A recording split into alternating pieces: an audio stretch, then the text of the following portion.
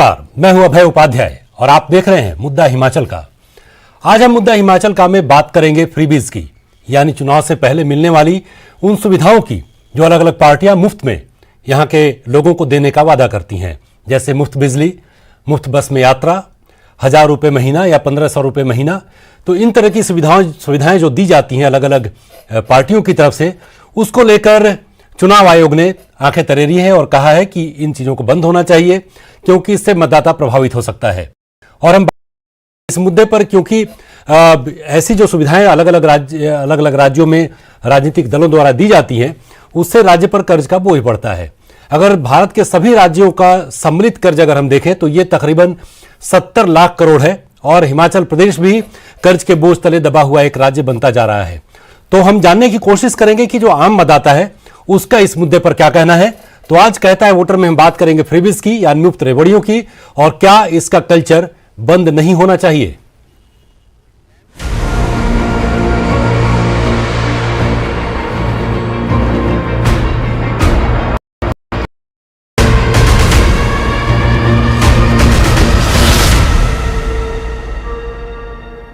और इस मुद्दे पर बात करने के लिए आज हमारे साथ मौजूद हैं विजय डोगरा, प्रवक्ता हैं कांग्रेस के, मोहित सूद बीजेपी के प्रवक्ता, गौरव शर्मा आम आदमी पार्टी के प्रवक्ता, विचित्र शर्मा हमारे संवाददाता मौजूद हैं धर्मशाला से, और जगत बैस नालागढ़ से। सबसे पहले चलते हैं, आप सभी का स्वागत है। और सबसे पहले हम चलेंगे विचित्र के पास और वहां उनके साथ कुछ लोग होंगे, जानने की कोशिश करेंगे कि मुफ्त की रेवड़ियों का जो कल्चर है उसके ऊपर वहां के लोगों का क्या कहना है। और अगर ये बात हम ये चुनाव आयोग कह रही है कि इसको बंद होना चाहिए, सुप्रीम कोर्ट भी चल रही है, तो इसमें हमारा जो वोटर है वो क्या कहता है। विचित्र, आप वहां के लोगों से जानने की कोशिश कीजिए कि क्या मतदाताओं पर इन फ्रीबीज का, मुफ्त की रेवड़ियों का प्रभाव पड़ता है। बिल्कुल, इस वक्त हम लोग अभय जी देखिए मौजूद है यहाँ पर, और बहुत से लोग यहाँ पर हैं। हम लोग उनसे बातचीत करेंगे। शुरुआत करते हैं।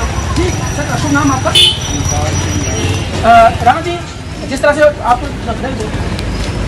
जिस तरह से अभी चुनाव आ चुके हैं और मुफ्त की रेवड़ियों की भी हम भरमार देखने को मिल रही है, कोई कह रहा है कि हम ये देंगे, कोई दूसरा कह रहा है हम ये देंगे, तो इन सब तो आप की बात होने का अपने होने लगा। रेवड़ियाँ बांटना कोई अच्छी बात नहीं मानी जाती।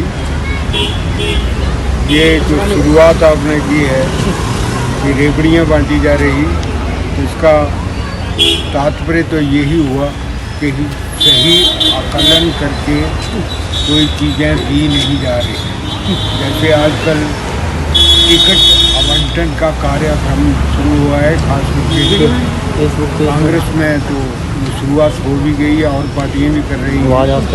टिकट आवंटन वाली बात की बात है, हम रेवड़ियों की बात कर रहे हैं। जैसे कि अब जैसे ही चुनाव धड़ाधड़ रेवड़ियाँ बांटने शुरू कर देती है, स्कूल को अपग्रेड करने की बात आती है, पीएससी को सीएससी बनाने की बात आती है। इस तरह से बहुत सारे लॉलीपॉप जो वोटर्स को दिखाए जाते हैं, बहुत से समझबाग दिखाए जाते हैं, हम उन पे बात करना चाह रहे हैं, जिस पर कहीं ना कहीं जो है चुनाव आयोग ने तो कांग्रेस लिया ही लिया है, साथ में सुप्रीम कोर्ट ने कहा है कि सब बंद होना चाहिए। ये सही बात है। हमारा संविधान की जो मूल भावना है लोकतंत्र में, वो यही है कि रेवड़ियाँ बांट के वोट ना ऐंठे जाए जी। ये बात सही है, मूल भावना यही कहती है। लोग ऐसा काम है जो भाग की मूल भावनाओं के विरोध में है, लेकिन ऐसा चलता है क्योंकि ये लोकतंत्र है, इसमें रेवड़ियाँ चलना चाहिए या बंद होना चाहिए? बिल्कुल बंद होना चाहिए, बिल्कुल बंद होना चाहिए। चलिए, बहुत से लोग और भी हैं हमारे साथ, और भी हैं, चलिए इनसे बातचीत करते हैं। हम लोग यहाँ पे अच्छे से बता पाएंगे, हम बातचीत कर जाएंगे। तो सबसे पहले तो न्यूज़ पर आपका स्वागत है। हम ये कहना चाह रहे हैं क्योंकि वोट आ गए हैं, सभी जानते हैं, आपको भी वोट देते हुए बहुत टाइम हो गया होगा। तो जैसे जैसे वोट आते हैं, बहुत से नेता आपके पास आते होंगे, बहुत से पार्टियां जो आपके पास आती होंगी, कहेंगे कि भाई हम ये देंगे, हम इस तरह से देंगे। ये जो रेवड़ियाँ बांटी जाती है, जो रेवड़ियों का कल्चर है, बंद क्या करेंगे? इससे क्या नफा नुकसान होता है जनता को? तो अभी क्या बता सकते हैं क्या होगा? नहीं, आप भी तो जानते हैं। जैसे अगर कोई आपको कुछ दे रहा है, आपके पास थोड़ी चीज़, आप वो कहेंगे कि भाई हम ये भी दे देंगे, दे देंगे, यही देते नहीं है ना, देते कुछ नहीं है, देते कुछ नहीं, तो बंद होना चाहिए। बोलते हैं देते नहीं है। समझे कितने साल हो गए हैं आपको वोट देते, कुछ याद है? अब तक वोट देने का कुछ फायदा हुआ है आपको? कुछ ऐसा आपने जहन में कैलकुलेशन करी हो कुछ? महंगाई विचित्र वहां से आवाज में थोड़ी डिस्टरबेंस आ रही है। हम आएंगे आपके पास, फिर से चलते हैं। फिलहाल सबसे पहले गौरव शर्मा के पास, प्रवक्ता हैं आम आदमी पार्टी के। गौरव जी, जब भी अभी जो ये डिबेट शुरू हुई है पिछले कुछ दिनों से, जिसमें मुफ्त की रेवड़ियां कहा जा रहा है, तो सबसे पहले निशाने पर आम आदमी पार्टी ही है, और आम आदमी पार्टी भी बड़े पुरजोर तरीके से कह रही है कि नहीं, ये मुफ्त की रेवड़ियां नहीं है, बल्कि एक सोशल सिक्योरिटी नेट प्रोवाइड कर रही है पार्टी अलग अलग राज्यों में। लेकिन क्या आपको नहीं लगता कि इससे राज्य पर जो राजस्व का बोझ है वो बहुत ज्यादा बढ़ जाता है? निश्चित ही। देखिए, मैं पहले तो आपको दुरुस्त करना चाहूंगा, आम आदमी पार्टी केवल मात्र चुनावों के निमित्त ऐसी घोषणा नहीं करती। ये नहीं कहा मैंने, कहा कि अभी जो डिबेट शुरू हुआ है आपको लेकर शुरू हुआ है। मैंने ये नहीं कहा कि सिर्फ आप करते हैं, आम आदमी पार्टी करती है, सभी पार्टियां करती हैं। कृपया मुझे बोलने दीजिए। हाँ, आप बोलिए। और जहां तक बात चुनावों की है, ये मुफ्त की रेवड़ियां नहीं है, सोशल सिक्योरिटी की जहां तक बात है, स्कीम्स की बात है, और हम इकोनॉमिकल एक सेक्शन को अपलिफ्टमेंट के लिए कि सबको समांतरा रूप से एक साथ अपलिफ्ट किया जाए, उनके जो राइट्स हैं उनको प्रिक्योर किया जाए, इस बात पर आम आदमी पार्टी जो है हमेशा ध्यान देती है। हम कभी कोई मुफ्त की चीज नहीं बांट रहे हैं, कोई व्यवस्था को इस तरीके से हम लागू करते हैं, इस तरीके से उसको सारी चीजों को चयनित किया जाता है, जिसकी आप बात कर रहे हैं, जिसके लिए कटाक्ष जो है बाकी दलों द्वारा या बाकी क्रिटिक्स द्वारा, इसकी जो मुफ्त की चीजें ये बांट रहे हैं, फलानी चीजें दे रहे हैं, 1000 रुपए हम महिलाओं को दे रहे हैं, और हम जो है युवाओं को पैसे दे रहे हैं, बिजली हम मुफ्त दे रहे हैं, पानी हम मुफ्त दे रहे हैं। कहीं ना कहीं आप देखिए, सामाजिक व्यवस्था के अंदर सोशल सिक्योरिटी है, और पूरे जो लोग हैं, जो लोग हमारे टैक्स दे रहे हैं, जो लोग टैक्स पेयर्स हैं, जिनके ऊपर ये सारी चीजें चल रही हैं, जो अर्थव्यवस्था जिन लोगों के ऊपर थमी है, और सारी चीजें जो जिसका वो दोहन कर रहे हैं, उन लोगों को कहीं ना कहीं एक राहत की सांस हम दे रहे हैं कि आप लोगों से हम इतना नहीं जो तो पैसा ले रहे हैं, टैक्स पेयर को कहां खजानों, नहीं गौरव जी, टैक्स पेयर को कहां से राहत दे रहे हैं? टैक्स पेयर पर तो ये बोझ बढ़ रहा है ना। प्रत्येक महिला को आप दे रहे हैं, ठीक है, अच्छी बात है, लेकिन उसमें उन परिवारों की भी महिलाएं हैं जो बहुत ही आर्थिक स्थिति जिनकी बहुत ही अच्छी है। आप दोहराइएगा प्रश्न को। मैं ये कह रहा हूं कि एक तो टैक्स पेयर को राहत आप नहीं दे रहे हैं, दूसरी बात ये क्योंकि उस पर बोझ ही बढ़ रहा है अगर राजस्व इस तरीके से खर्च होता है, और दूसरी बात ये कि प्रत्येक महिला को अगर आप 1000 या 1500 रुपए दे रहे हैं तो वो महिलाएं भी शामिल हैं जिनके परिवारों की आर्थिक स्थिति बहुत ही अच्छी है। आप देखिए, मैं वही आपको कह रहा हूं कि समांतरण स्थिति में हैं, और आप जहां तक बात कर रहे हैं कि हम टैक्स पेयर को राहत नहीं दे रहे हैं, आप एक जगह ऐसी गिना दीजिए जहां हमने ये बात किया हो, जहां हमने ये राइटर लगा दिया हो कि फलां व्यक्ति है जिसकी आय इतनी ऊपर है, उसको हम ये फैसिलिटी नहीं देंगे। हमने कहा गरीब हो, व्यक्ति अमीर हो, मध्यम वर्ग का हो, अगर हमें 300 बिजली के यूनिट देने हैं तो वो नीचे से ऊपर तक सबको फ्री जाएंगे। नहीं तो फिर ये बताइए कि कर्ज और जीडीपी का जो रेशियो हम देखते हैं, पंजाब में 46% कर्ज है जीडीपी का, इसको कैसे बैलेंस करेंगे? जबकि जो आपने नई घोषणाएं की उसमें 17,000 करोड़ रुपए प्रति वर्ष का बोझ बढ़ गया आपके राजस्व पर पंजाब में। आपसे के अंदर आए हुए हमें अभी लगभग 6-7 महीने हुए, और हमने जो घोषणाएं की हैं उनको पूरा करने के लिए आम आदमी पार्टी, भगवंत मान की जो सरकार है, वो बिल्कुल वचनबद्ध है और निरंतर उस पर कार्य कर रही है। जो आप जीडी की बात कर रहे हो, जो आप कर्जे की बात कर रहे हो, पिछले लगभग 60-70 वर्षों से वो कर्जा है, उसको निपटाने के लिए भी हमने, और काफी सारा जो लोन हमने केंद्रीय लोन ले रखा है, उसमें से भी बहुत सा हिस्सा पंजाब सरकार वापस देने में कवायद में लगी हुई है। उसके बावजूद भी जो हमने जनता से वादे किए हैं, जिसको आप फ्री की रेवड़ियां कह रहे हो, अन्य दल उसको फ्री की रेवड़ियां कह रहे हैं, उनको निभाने के लिए आम आदमी पार्टी सार्थक है और पूरे प्रयास कर रही है। चलिए, विजय डोगरा साहब भी कांग्रेस से प्रवक्ता हमारे साथ हैं। ये ऐसा लग रहा है कि जब ये फ्रीबीज की बात करते हैं हम लोग, तो ऐसा लग रहा है कि आप भी आम आदमी पार्टी से कॉम्पीट करने की कोशिश कर रहे हैं, क्योंकि आम आदमी पार्टी, ऐसा कहा जा रहा है, और पंजाब में भी सीधा सीधा नुकसान इसने आपको पहुंचाया। जी, मैं ये कहना चाहता हूं कि ये जो रेवड़ियों की आज बात हो रही है, हमने तो क्योंकि पिछले 70 वर्ष से हमने क्योंकि किया कुछ नहीं है, भाजपा भी ये बोलती है, आम आदमी पार्टी भी ये बोलती है, हम लोगों ने तो सोशल वेलफेयर स्टेट होने के नाते हमने सब्सिडाइज बिजली यहाँ हिमाचल प्रदेश में हर वर्ग को दी, और उसमें भी एक कैटेगरीज थी, उसमें भी ग्रेड सिस्टम था कि जो लोग धनवान हैं उनके लिए हम लोगों ने, क्योंकि जो गरीब आदमी जिसके घर में एक बल्ब जलता है या एक और कोई कनेक्शन है, उसके साथ उसका बिल कितना खाता है। हम लोगों ने ये जो 300 यूनिट बिजली फ्री देने की जो बात की, ये कोई रेवड़ियां नहीं है। हम लोगों ने उसको कैटेगराइज किया है, जिन लोगों के घर में जिनका सिर्फ एक बल्ब जलता है या 2 बल्ब जलते हैं, जो लोग गरीबी रेखा से नीचे हैं, कांग्रेस ने तो उन लोगों के उत्थान के लिए जो सुविधाएं दी हैं, सुख सुविधाएं दी है, उनको रेवड़ी नहीं कहा जा सकता। लेकिन आम आदमी पार्टी ने ये जो एक फ्री चीजें बांटने का जो एक सिलसिला शुरू किया है, कांग्रेस उसका कोई पीछा नहीं कर रही है, उसका अनुसरण नहीं कर रही है।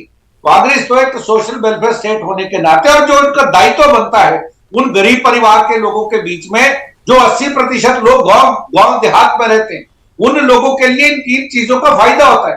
जो लोग धनढ़ हैं, जो धनवान हैं, उन लोगों के लिए तो जो एक सामान्य रूप से जो बिजली का जो खर्च है वो देते हैं लोग।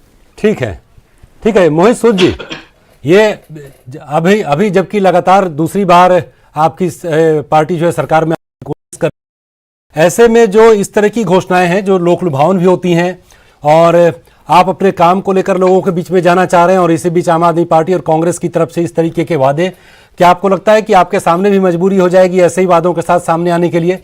हालांकि आपने भी ये राज्य परिवहन की बसों में महिलाओं को 50% छूट दी है, तो क्या आपके ऊपर एक दबाव होता है ऐसी अवस्था में कि क्योंकि एक एंटी इनकम्बेंसी का फैक्टर काम करता है और लोगों को अपनी तरफ लाने के लिए आपको मैच करना पड़ेगा जो वादे आम आदमी पार्टी की तरफ से और कांग्रेस की तरफ से किए जा रहे हैं?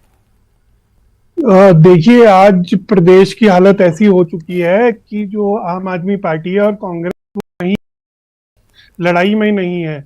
हमारे पास एक सशक्त नेतृत्व है, हमारी जो पॉलिसीज हैं वो हर सेक्शन ऑफ सोसाइटी को अपलिफ्ट कर रही हैं। हमारी जो सोशल सेक्टर की स्कीम्स है, जो जयराम सरकार ने सोशल सेक्टर में काम करा है, वो देश में एक मॉडल बनकर उभरा है। दूसरा, जो आपने बात करी महिलाओं के सशक्तिकरण पे, पूरा हमारा फोकस है, भाजपा का पूरा राष्ट्रीय नेतृत्व इस पे फोकस्ड है। जो महिलाओं को हमने किराए पर छूट दिया है वो बिल्कुल कैलकुलेट कर हमने उसका बजट का प्रोविजन करा है। हर चीज जो हम 125 यूनिट जो आज हमने बिजली का प्रावधान करा है, तो वो भी हमने बजट में बताया कि वो कहाँ से आएगा। मैं अपने मित्रों से आज ये पूछना चाहता हूँ कि पंजाब में बोला कि 1000 रुपए हर महिला को मिलेंगे, आम आदमी पार्टी के मेरे यहाँ मित्र हैं, तो वो 1000 रुपए कहाँ से दे रहे हैं? वो नहीं दे पा रहे हैं।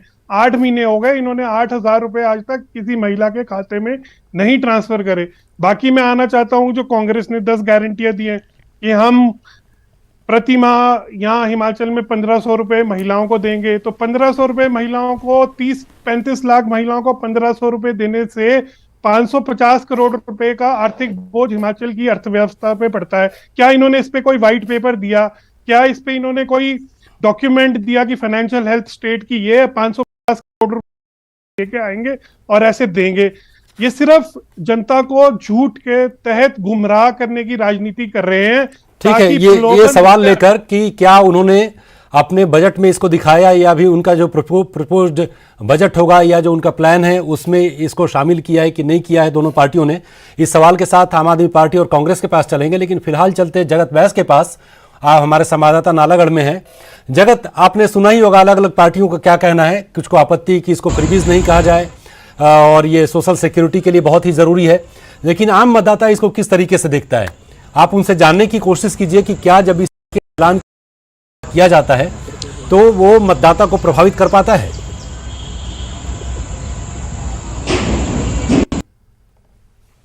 जी अभय जी, मैं आपको बताना चाहता हूँ, मैं इस समय हेरिटेज पार्क में हूँ। हालांकि शाम का वक्त है, काफ़ी चहल पहल है। मैं आपको दिखाना भी चाहता हूँ, यहाँ पर काफ़ी मात्रा में मेरे साथ यहाँ पर युवा वर्ग जुड़े हुए हैं। इनसे भी बात करते हैं कि जिस तरह से सरकार या जितनी भी आम आदमी पार्टी हो या कांग्रेस की बात की जाए या भाजपा की बात की जाए, फ्री गारंटियों की बात यहाँ पर की जा रही है।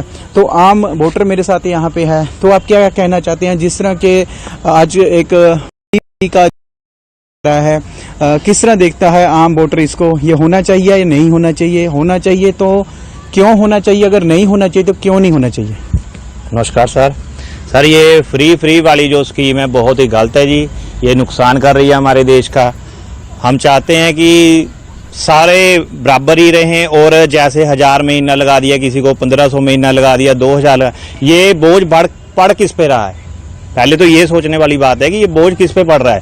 ये आम बंदे पर ही बोझ पड़ रहा है। ये आने वाले टाइम में इसका साइड इफेक्ट ही होगा। ये फ्री नमस्कार।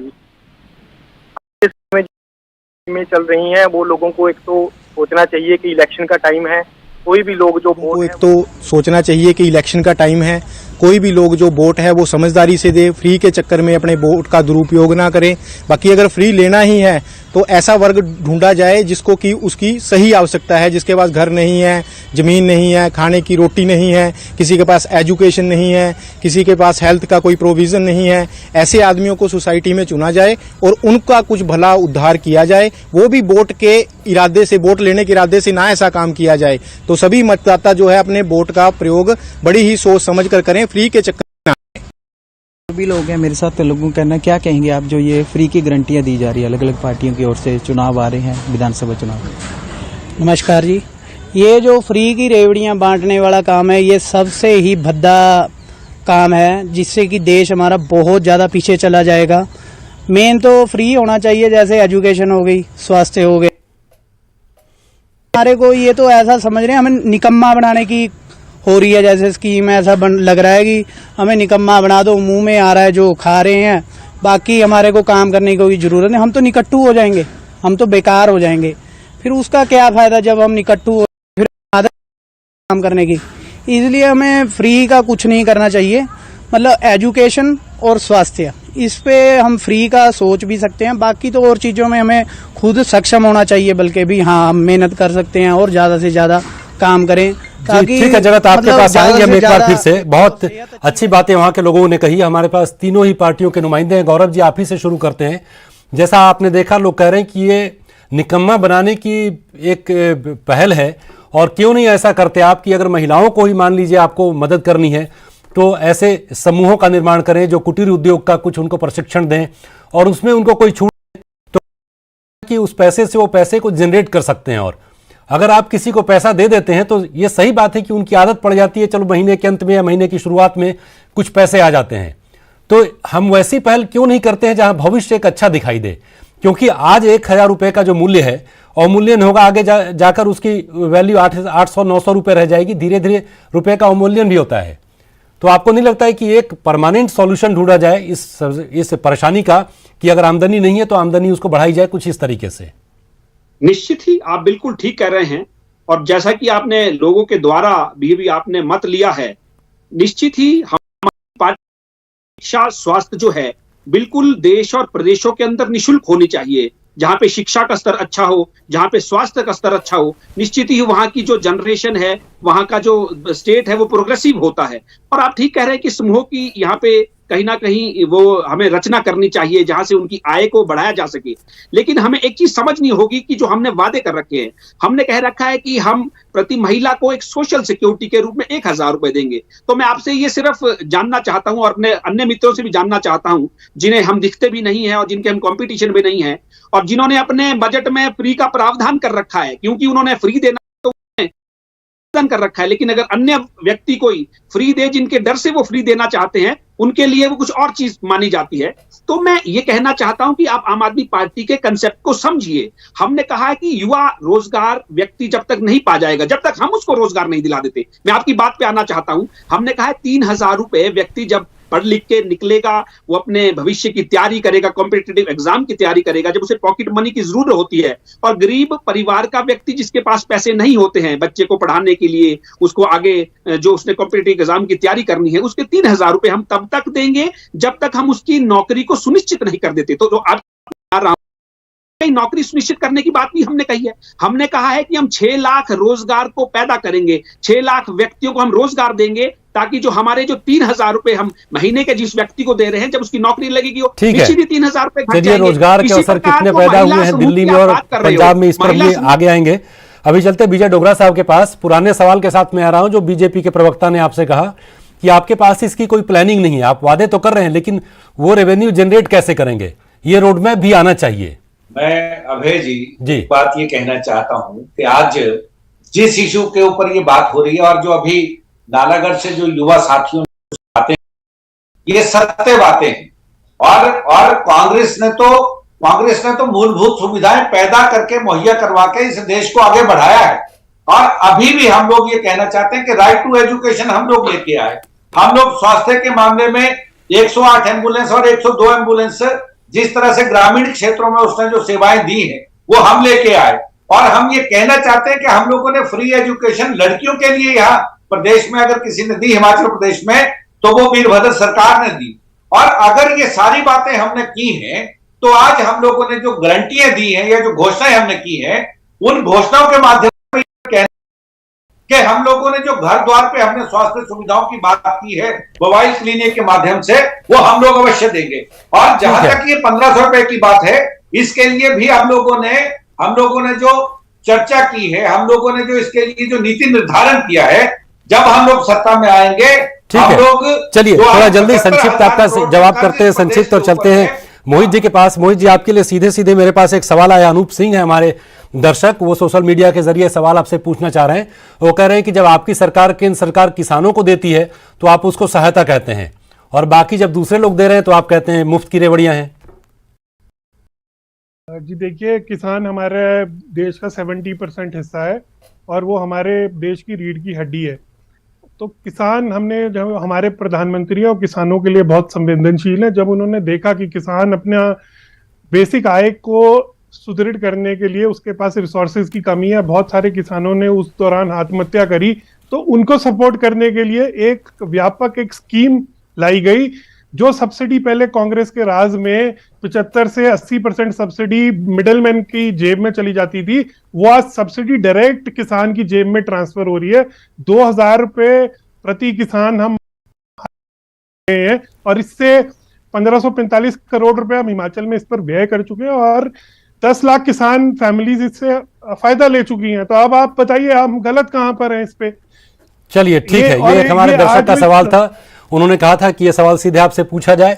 फिलहाल हम चलते हैं विचित्र के पास। विचित्र, उम्मीद है कि आप ऐसी जगह पर होंगे जहां पर शोर शराबा ज्यादा नहीं होगा, तो आप जरा जानने की कोशिश कीजिए। जैसा हमारे अलग अलग दलों के प्रवक्ता भी बता रहे हैं, सबका यह कहना है कि हम जो काम कर रहे हैं वो मुफ्त की रेवड़ियों में उसकी गिनती नहीं होनी चाहिए और दूसरे लोग जो तमाम वादे कर रहे हैं उसके ऊपर भले सवाल उठाए, जो मैं समझ पा रहा हूं, क्योंकि सबके पास अपने अपने सोशल सिक्योरिटी नेट है।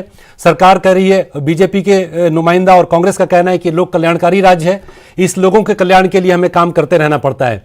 लेकिन क्या लोक कल्याण का यही एक मार्ग है? क्या हम जो बात कर रहे थे लोगों के लिए, छोटे छोटे समूहों के लिए कुटीर उद्योगों के जरिए उनको फायदा पहुंचाना, और भी बहुत सारे उपाय हैं, लेकिन सीधे सीधे पैसा देना क्या एक तरीके की रिश्वत नहीं है? लोग क्या कहते हैं इसके बारे में? जी बिल्कुल बिल्कुल, हमारे साथ जुड़े भी हुए थे, क्योंकि अभी जी शाम का वक्त है, बहुत से मतदाता जो है वो घरों की ओर भी रुख कर रहे हैं। हमारे साथ कुछ लोग हैं, हम आपसे जानने करेंगे, हमारे साथ जुड़े हैं। जो पार्टियां इस वक्त जिस तरह से नए नए सब्जबाग दिखा रही हैं, गारंटियां दे रही हैं, रेवड़ियां बांटने की बात कर रही हैं कि भाई हम लोग ये दे देंगे अगर सत्ता में आ जाते हैं तो आपको, जिस तरह से अगर कांग्रेस ने कह दिया कि भाई 1500 रुपये महिलाओं को दे देंगे, आम आदमी पार्टी ने कहा कि 1000 रुपये दे देंगे, तो कि ये सब ठीक है? ऐसे करके क्या वोट हासिल किए जा सकते हैं? और क्या ये कल्चर बंद होना चाहिए या चलता रहना चाहिए? क्या फायदा है इससे आम जनता को? ये जो आज के युग में जैसे जैसे ये सत्ता वाली पार्टियां हैं वो प्रलोभन दे रही हैं, तो इसमें कोई बड़ी बात नहीं है। अगर सरकार प्रावधान करे कि अगर किसी को कांग्रेस पार्टी कर रही है महिलाओं को, तो हो सकता है वो उन्होंने कोई उसका रेवेन्यू का कोई तरीका निकाला होगा जिसके ऊपर वो कह रहे हैं। हो सकता है उसके ऊपर कोई हमारे खजाने के ऊपर कोई अतिरिक्त बोझ ना पड़े, लेकिन कुछ ना कुछ तो सच्चाई है। ये अगर नहीं तो क्या ये चीज नहीं देखनी जानी चाहिए कि हमारे पास हम कितने बोझ के तले जो है वो पहले से ही दबे हुए हैं, और दूसरा जो हम लोग जो करने जा रहे हैं वो कितना सही हो सकता है प्रदेश के लिए, प्रदेश की जनता के लिए? इसमें अगर देखा जाए तो क्या जो ये सरकार जितना ये अपने ऊपर खर्चा कर रही है, जो सरकार के नुमाइंदे जितने भी हैं, ये जो बड़े बड़े आला अधिकारी हैं, जो IAS अफसर हैं, उनके अगर भत्तों को देखा जाए तो उसके आधार पर तो अगर घाटे अगर ये आम आदमी को भी दे तो उसमें क्या घाटा हो सकता है? ये चलते रहना चाहिए आपकी नहीं, अगर गलत बनवा रहा तो ठीक नहीं है, लेकिन अगर जहां संभव हो सके जो लोगों का हक है वो उन्हें मिलना चाहिए। जनाब आप भी हमारे साथ जुड़े हुए हैं, शुभ नाम जानना चाहेंगे पहले और क्या करते हैं आप? योगेश कुमार सर। योगेश जी जानना चाहेंगे क्योंकि चुनाव आ चुके हैं वैसे भी और बहुत सी पार्टियां जो है वो अपनी गारंटियां भी दे चुकी हैं कि भाई जब सत्ता में आ जाएंगे तो हम ये करेंगे कि किसी को 2 रुपए किलो गोबर देंगे तो किसी ऐसे डेयरी हम लोग जो बनवा के देंगे। ये तमाम सारी जो चीजें हैं। चलिए विचित्र वक्त है हमारे पास, जल्दी से उनका एक शॉर्ट रिएक्शन लीजिए, सिर्फ 1 मिनट का वक्त बचा है हमारे पास। अगर 2 रुपए किसी का गरीब का गोबर बिक जाए तो तकलीफ मिलना चाहिए। अगर इन हमारे जो रिप्रेजेंटेटिव हैं ये लोगों को, इनको अगर मेडिकल फैसिलिटी है, इनको पेंशन है, इनको हर फैसिलिटी है, अगर आप चलिए ठीक है, ठीक है विचित्र।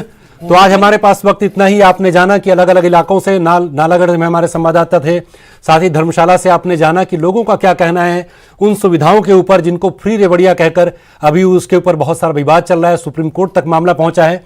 हालांकि पार्टियों का कहना है कि अगर ये लोक कल्याणकारी राज्य है तो हमें ऐसे कदम उठाने पड़ेंगे। अब ये देखना है कि मतदाता जो हमारे हैं हिमाचल प्रदेश के, वो इन घोषणाओं को किस तरीके कि हमें रिश्वत दी जा रही है या फिर उनको लगता है कि अलग अलग सामाजिक समूहों के लिए सचमुच इसकी जरूरत है। इस बहस में भाग लेने के लिए विजय डोगरा आपका, मोहित सूद आपका, गौरव शर्मा आपका बहुत बहुत शुक्रिया, और विचित्र और जगत आप दोनों का भी बहुत बहुत शुक्रिया हमारे साथ जुड़ने के लिए और वहां के लोगों के विचार हम तक पहुंचाने के लिए कि क्या कहता है हिमाचल प्रदेश का वोटर और किस तरीके से वो देख रहा है इन घोषणाओं को आने वाले चुनाव के मद्देनजर। तो आज कहता है वोटर में इतना ही। बाकी खबरों के लिए आप देखते रहिए News 18 जम्मू कश्मीर, लद्दाख और हिमाचल। नमस्कार।